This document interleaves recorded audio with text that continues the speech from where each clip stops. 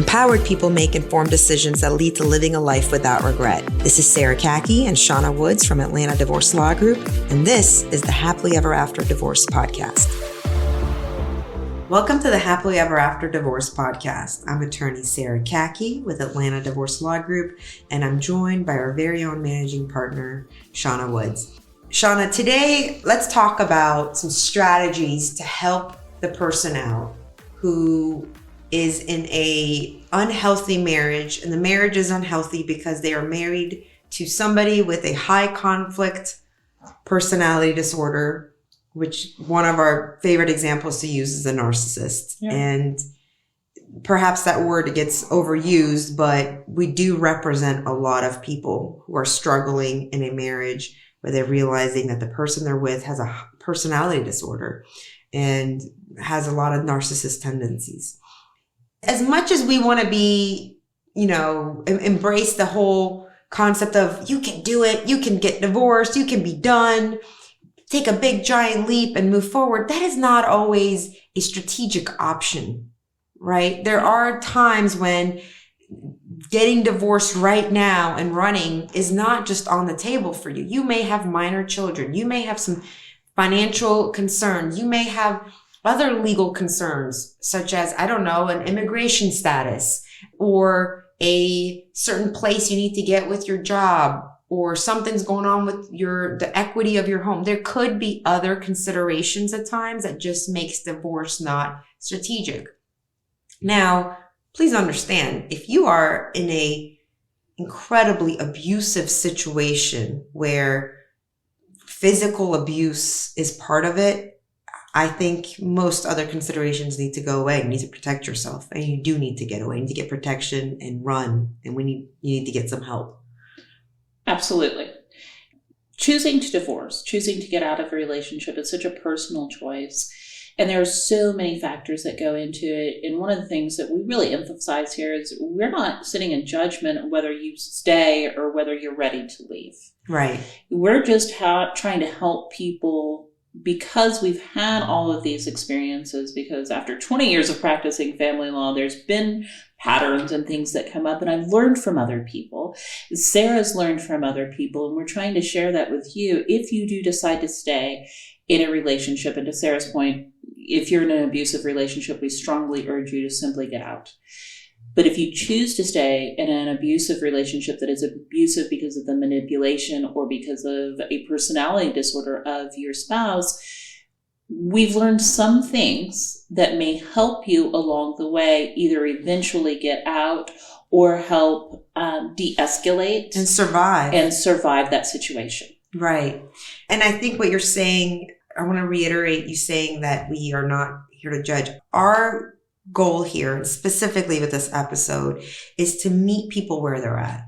And I think that is such an important value that Atlanta Divorce Law Group's always had. And the point of what you and I want to accomplish in helping people empower themselves and become empowered is meet them where they're at. So there is completely understandable that not everybody is ready as soon as they discover and they become aware of the dysfunctional situation they're in, that the next step might not mean for them, I'm going to jump off the cliff and figure out divorce. That is not every personality trait doesn't operate that way. Not everybody's priorities and values work that way.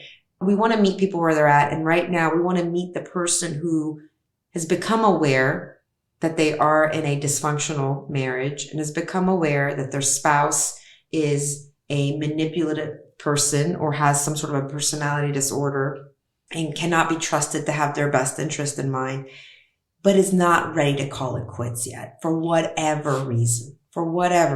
And how can we give them some coping mechanisms? Now, I will say this. We have helped a lot of clients who have been married for anywhere from a few years to decades. I just spoke to a lady a couple of nights ago who's been married for 30 years to a narcissist spouse, a complete gaslighter. Most of them will tell you, I wish I had done it sooner. I will just say that. That is, most of the time you do hear that. I wish I had done it sooner. I wish I could get that time back. I wish I had seen it sooner, or I wish I had known that once I start moving forward, I will figure out the hows and the whats once I just make up my decision. Yes. And I think that what I'm hearing you talking, and we mentioned this in another podcast, about being comfortable in the unknown. Right. Being okay to jump into the unknown. And it's okay if you're not there yet. Yes. But to Sarah's point, by the time people usually reach us, they've been there mentally for a long time. Yes. And a lot of times they do wish they could get that time back. And I guess one of the things that I would like to emphasize is it's never too late. You still have time. You've got a lot of life to live, and everyone deserves to be happy. So even if you have been in this 30 years and you're like, well, this was 30 years, that's okay. You probably got another 30, and don't you deserve to live them happily? And, you never know all of the different outcomes. Yeah. Sometimes it takes getting to a certain emotional place, getting to a certain mental space that allows you to show up the fullest, strongest version of yourself to get out of a situation in a healthier way. Maybe, the person you are when you first find out about, wow, I am not in a good marriage.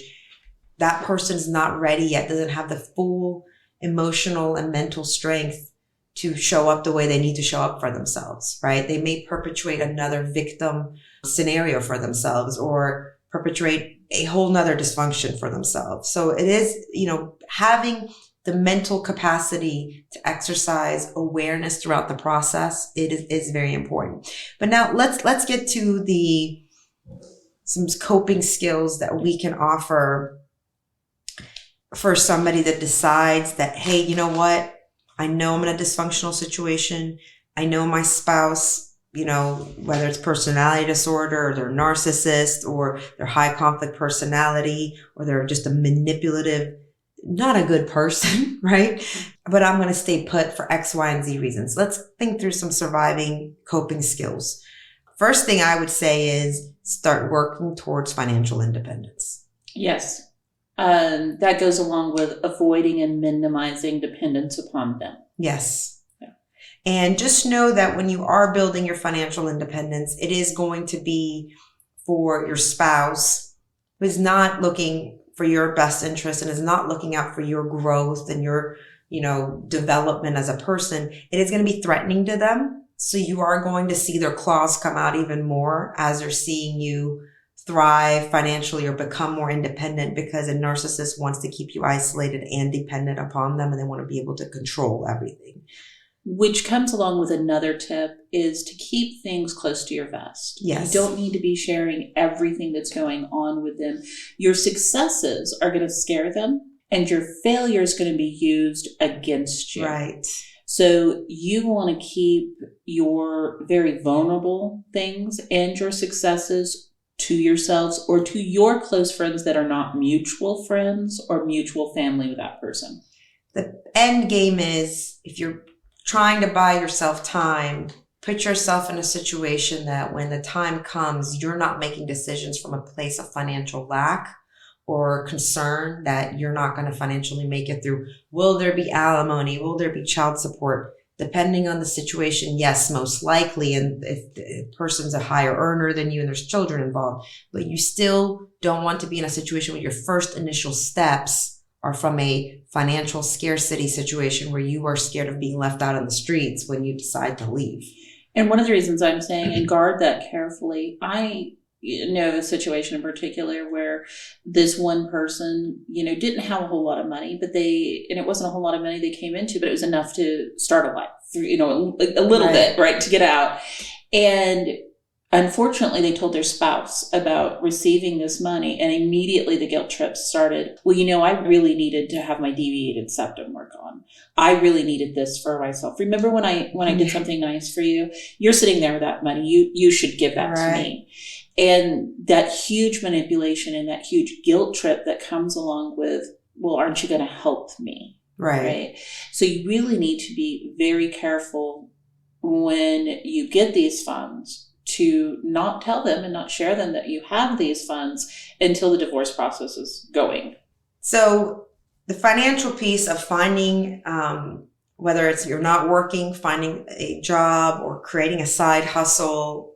Financial piece of it is obvious, which is just creating financial stability for yourself or some independence. You can make a decision not from a financial scarcity. The other part of it that's really important is it is one of the first pieces that breaks away from your acceptance of the codependent relationship, Yes. your mental enabling of, well, I can't go anywhere. You actually start building self-confidence in yourself, and you start trusting yourself, which has been gone for so long because you let yourself be controlled by somebody else. So yes, 25% of this financial independence, finding a job, finding some source of income is fantastic from a strategic legal perspective, and creating a little bit more flexibility in how you're going to get out when you decide to do so. But for 75%, I love it for what it does for you and your mindset of finding freedom within, because that's the first place you need to find freedom, is freedom within your own head. Absolutely. And to that point, I would say also keep records. Yes. Right. Of not only your financials, right, but of debts and things that may come up in the future. Because a lot of what happens when you have a manipulative person is they will gaslight you. Yes. That never happened. Right. I've seen people destroy journals, or, when you've audio taped someone, which here in Georgia you're allowed to do without their permission and without their knowledge, try to destroy that because they don't want the evidence of them gaslighting you. So try to keep those in a really safe place that may not be in your home. Right. The other advice I have is reconnect with your support system. Absolutely. Most likely, by the time you become aware of the type of marriage or relationship you've been in, you've been isolated from your family. You've been isolated from old friends, people that were there for you and wanted you to be happy. And at some point, when they saw your spouse for who they are or called out on it, you were probably isolated from them. Narcissists like to isolate you and control your surrounding and make you feel very dependent upon them. This is the time to build those bridges back, and not just from a place of, I need to have these friendships in my life or this family in life so that it will come a rainy day, I can use them, but for you to be in a healthy give and receive relationship again, where you are able to contribute to a relationship in a healthy way, emotionally express yourself, and be a friend to somebody else. And allow somebody else to be a friend to you and experience true vulnerability and true compassion. It is healthy because you haven't experienced that in a while, and you have questioned yourself. You've questioned if you're crazy. You've questioned what reality is, and you can have friends in your life that will tell you, no, you're not crazy. That is messed up behavior. That is not abusive. Normal. That is not okay. That is not acceptable. And you need to surround yourself with that as your sounding board, because otherwise you think you're going crazy, and this person that's feeding you lies is the only person that is in your life because you're so dependent. And to that note, and I just want to piggyback upon that, because you're right, a lot of times what happens in this manipulative situation is that they try to isolate the person, but then they also will surround the person with their quote unquote mutual friends or mutual family. And there's a term that I picked up from one of these books that we've been listening to, and it's called flying monkeys. And a manipulator manipulates not just you, they manipulate everybody around you. And so they're going to want to surround you with other people they've manipulated to see this world the way they see it. And if you open up to these mutual acquaintances and these friends that either are their friends or they're easily manipulated, why they were called flying monkeys is they're doing their bidding for them. Yes. Right? When they say, well, he says I'm crazy, or she says I'm crazy because they didn't do this. And that other person is like, yeah, they didn't do that. They've convinced this other person of the same thing. They may not even know that's what they're doing. They've just bought into this situation. Other people. This is not a good sounding board for you. This is your manipulator's flying monkey. You need to stay away from them. I love that. I also had build a vision for your future. Love that. I think that you need to start thinking, okay, I'm staying put now, but for what reason? this is how you go from victim mentality to survivor mentality, from victim mentality to creator. If you believe you are staying put because you're a victim of this situation, you will always remain a victim of this situation. But the minute you decide, I am staying here in this situation because I choose to strategically, I choose to do it, whether it's for the sake of my children, whether it's for financial reasons, or any other decision that's your priority, that puts you in a place of, I create my own decisions and my own future based on how I evaluate and prioritize my life. And that's a much more empowering place to be than to say, I'm stuck, I can't go anywhere, I have no choice. Well, you always have a choice. Everything in life is a choice. So if you choose to stay, build a vision for the future of, okay, how is staying put helping that future? How is it supporting that future? How is it building the puzzle pieces to that future? The woman I was just telling you about, she'd been stayed put for 30 years. In the past 15 years when she became aware of what she was really married to. And so the first 15 years, it was blindfolds. Second 15 years, the blindfolds came off, but she made a strategic decision. I'm going to get back to work. She's making a very healthy professional income, steady income, and has only grown and grown in the past 15 years in her company. She has raised 2 children that are very well educated, have lives of their own. And now her children are sort of supporting her emotionally through this divorce process. And she's been able to move in with one of them as she gets back on her feet, and as far as like getting her own house and all that. But she can look back and say, I've been playing this long-term game for the past 15 years, and that's what I needed to do this, right? And now I'm ready. I love how you started that out of having a vision, because that gives people hope, right? They don't feel like, in your instance, she could move out of this household at that moment. She needed to stay for another 15 years. So she needed to have hope. She needed to have that vision of what it looks like after this relationship, right, in order to survive that relationship. Right. And I think there's a couple of phrases that I have heard therapists and different people use when you're sitting there trying to survive this relationship. There's just a couple of key phrases, but the first thing I think you need to remember is you need to know what your own triggers are. So when they're pushing those triggers, you can recognize, she is intentionally pushing my trigger. I am going to have a plan of action on how either to react or how to not react to them pushing my trigger. And some very simple things to do. One thing is called a gray rock method. Have you heard of this? No. So the gray rock method, and you just think of a gray rock for a second. There's nothing. There's no expression. There's no reaction. There's nothing. You just become a gray rock. You do not let this person affect you in any way, shape, or form, or let them see that they've affected you. So that's one method of doing that. Because if they can't get their supply, then they will move on. Right. Another thing would be a phrase of, we both have the right to our own perspective. Right. Right. Because when you're in a conversation with a manipulator, an argument with a manipulator, they will not stop until you agree with what they are saying. They simply won't stop that argument. Thinking of some person I used to date for a really long time who just could not stop talking. I wish I had known that phrase. We are both entitled to our own perspective, and then leave it alone. I definitely think so. 2 things.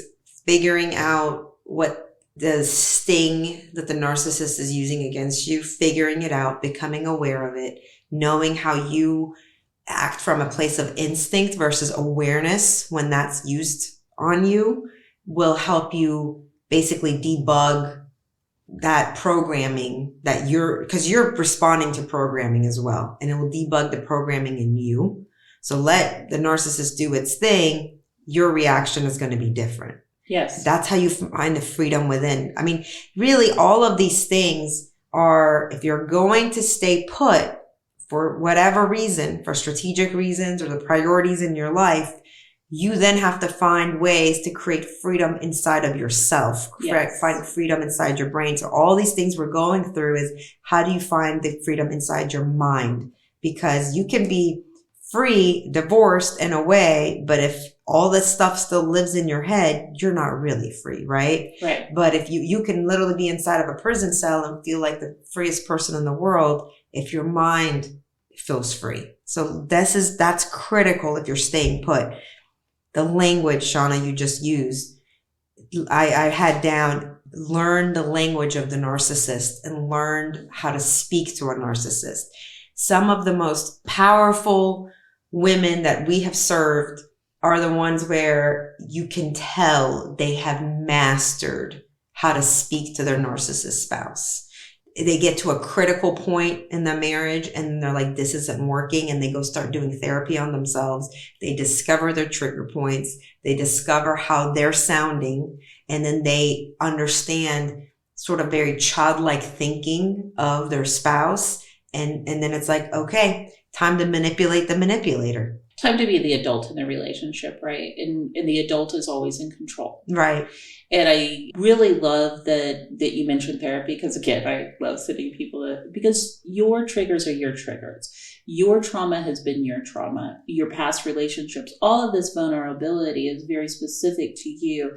And the language that your manipulator is using to manipulate you is going to be specific to your relationship. Although there are some common things that we all joke about, please do seek therapy, even though one of the biggest things your manipulator is going to tell you is don't go to therapy.